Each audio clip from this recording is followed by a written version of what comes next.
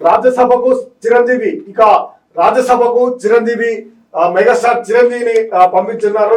UP నుంచి పంపే యోచనలో బీజేపీ కేంద్ర మంత్రిగా అవకాశం.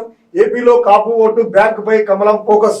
ఇక బీజేపీ చిరంజీవికి గాలం వేస్తా ఉంది. యూపీ నుంచి పంపే యోచన చేస్తా ఉందంట. ఆయనకు అవసరమైతే కేంద్ర మంత్రి పదవి కూడా ఇవ్వాలని చూస్తా ఉందంట. గతంలో కాంగ్రెస్ ప్రభుత్వం కూడా కేంద్ర మంత్రి పదవిగా చేపట్టినటువంటి చిరంజీవికి ఇప్పుడు బీజేపీ కూడా అదే తరాలు అక్కడ ఉన్నటువంటి కాపు ఓట్లను తమాయిపు తిప్పుకోవడానికి విషయ ప్రయత్నాలు చేస్తా ఉంది.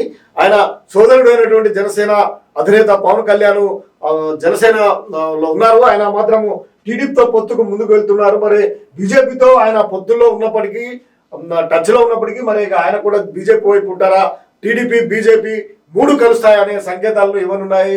ఒకవేళ రాజ్యసభ నుంచి చిరంజీవికి ఎంపిక చేసినట్లయితే మూడు పార్టీలు కూడా కలిసి పోటీ చేసే అవకాశాలు ఉన్నాయనే అభిప్రాయం వ్యక్తమవుతుంది.